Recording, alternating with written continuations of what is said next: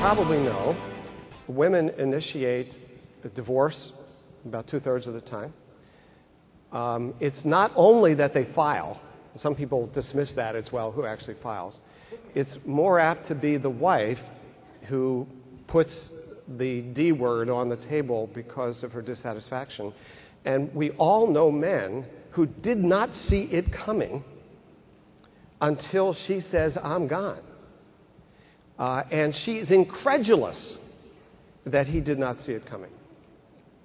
And so it's kind of an unpleasant message to say to men, but I want to say to newly marrying men, you're in a high-risk group.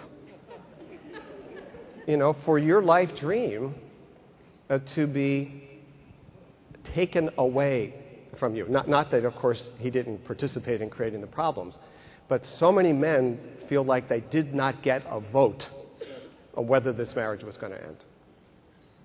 You see this in your world out there? Non-marital childbearing. We now are up to 40% of all children in this country are born outside of marriage.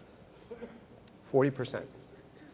And in the vast majority of those, I mean, you know, high percentage, much more than in divorce, the mother has custody. Some of them are cohabiting couples, but they're often unstable and they break up.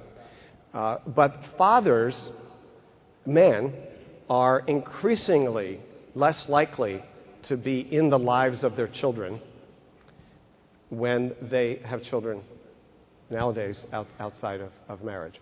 In the divorce world, men are more engaged post-divorce than they were before. But I have not seen that. The research doesn't suggest that's happening in the same way in the non-marital world. So we have, and we worry about this, of course, for children.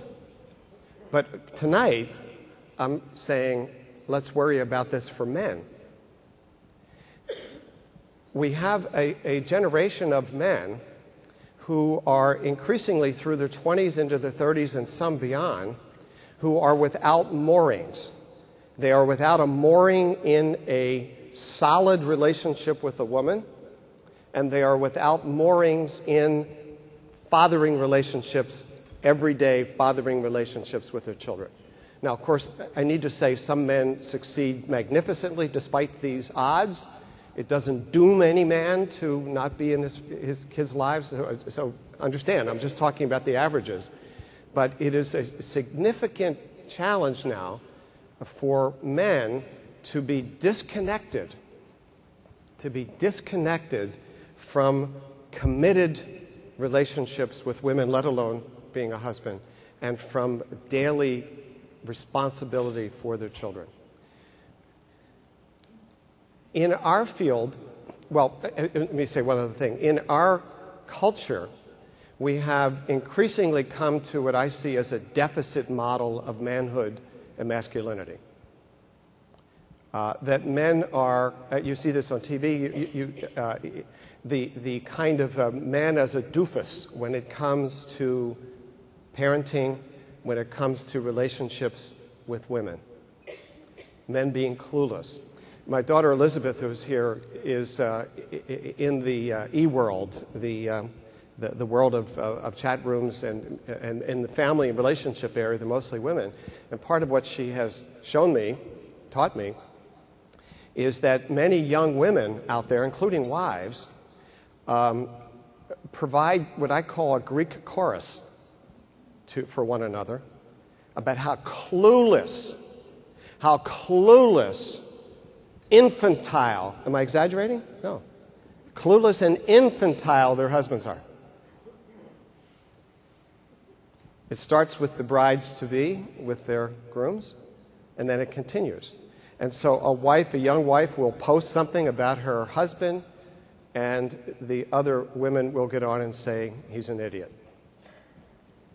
A deficit approach, and then a declining respect. Now, there's two sides of this, and so as men, of course, we have our sides in any relationship struggle. But I'm saying at the cultural level, we've increasingly come to view women as the experts on relationships, and men as, at best, a learner. at best a learner, and at worst pretty clueless. Even in our field, in marriage education, a lot of what we do, not all, but a lot of what we do is oriented to things that women gravitate towards immediately. The act of listening and empathy and self-expression, which are important skills for intimacy. We don't emphasize some other things that I'm going to talk about.